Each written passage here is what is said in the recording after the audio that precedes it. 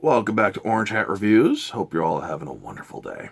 So, episode 15 of The Mandalorian and season 2, chapter 15, The Believer.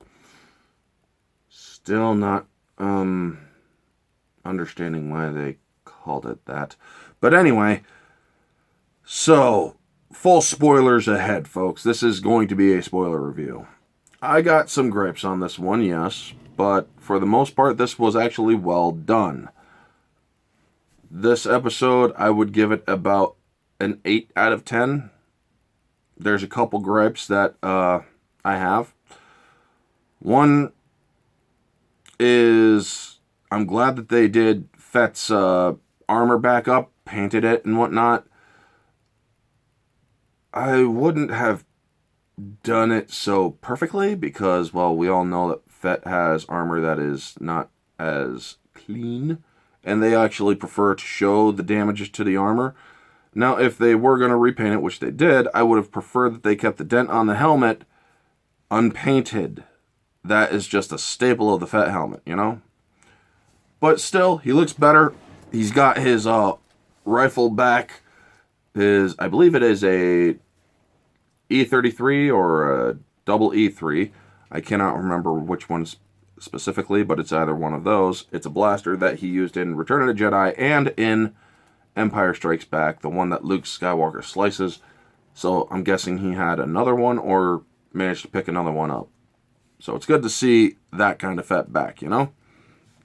We get Bill Burr back in this one, which was good. I thought he did good in the first season. And he brought a good comedy element to it, which was not too over the top, but still funny. And his character also got very serious in this one, which is also very good because it shows this character has a heart. And even though he is ex-Imperial, he is willing to do the right thing. They brought Rhydonium into this. Well, that's where one of the big things I have a problem with come into play, because we all know what Rhydonium does in the Clone Wars with Dave Filoni. It has a big rainbow-colored boom. We didn't really get that with Rhydonium in The Mandalorian.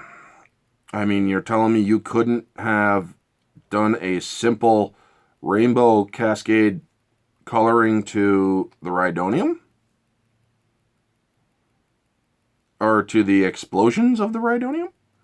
Folks, that much Rhydonium going up should have actually leveled that entire facility. Judging by what happened in the courtyard from the Clone Wars when that clone commando, I can't even remember his name, I'm blanking, destroyed it. But yes, Rhydonium has a much more volatile and bigger boom than what they showed there. It should have destroyed that entire facility. But small budget, I assume. Also, I'm guessing a small budget is the reason why Boba Fett didn't show off his piloting skills and absolutely destroy those TIE fighters in pursuit. Instead, he goes simple. He uses I believe it's called a sonic charge. I can't remember. They were from episode 2, and they did a good job recreating that, where you hear nothing and then you hear the and it just absolutely shredded those TIEs. That was pretty good. This episode was directed by Rick Famuyiwa. I recognize the name. I need to look it up to see what else he has directed. This was actually a very well done episode.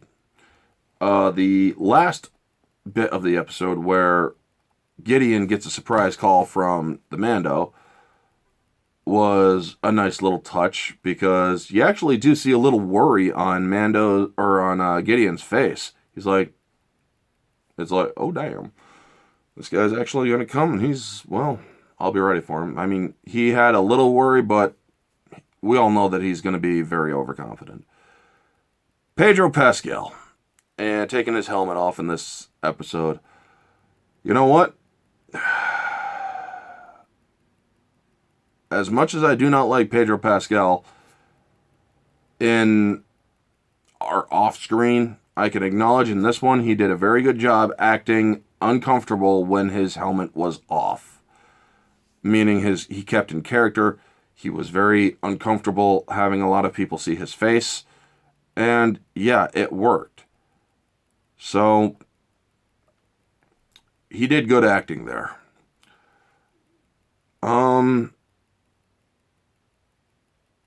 Richard Brake, the guy who plays Valen Hess, the sleazy Imperial. Richard Brake has a history of playing some very sleazy characters. I mean, he played that really sleazy Marine from Doom with The Rock. He was very cringeworthy in this one. Not his performance, but his character.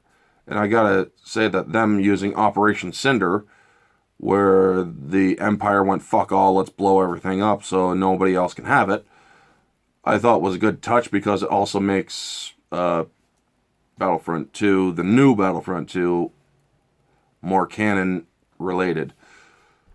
But that also ties in other things too. But anyway, this episode, objectively, I would give it an 8 out of 10. The Rhydonium inconsistency with the dent in the helmet, well, that's more of a bias. So, unbiased, the Rhydonium inconsistency was basically something that they should have touched on. So, 8 to 8.5 out of 10. Subjectively, there was a few more gripes, so I will give it an 8 out of 10. I really enjoyed this episode. I really did. It is good. And showgoer, it's a 10 out of 10.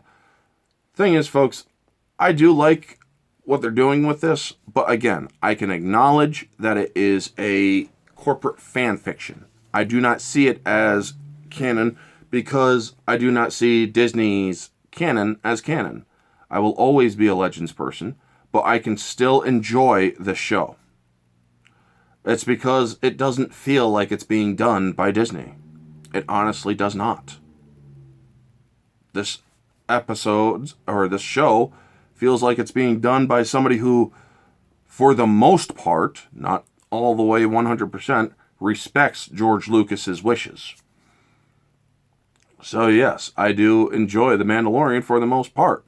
There are some gripes, there are some lore breaks, there is a lot of that, yes. Believe me, I am well aware of it. But I see this as nothing more than a fan fiction. I do not see it as something that can compare to my canon, which is Legends. Legends is infinitely better than anything that Disney will do. Anyway, folks, that is going to be the video. Thank you all for tuning in. Stay tuned for noon today, where me and Lorena Creole are going to be on her channel doing a lunchtime roundtable. And I completely look forward to being on her channel. Also, stay tuned for tonight.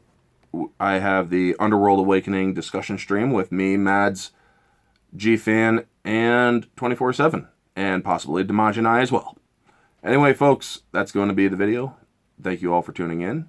You all know the drill. Like, comment, subscribe, share, all that jazz. Let me know your thoughts down in the comment section below. Did you like this episode? Did you not like it? If you did, what did you like? If you didn't, what didn't you like? Let me know all your thoughts down in the comment section below. This has been Orange Hat Reviews. Stay humble.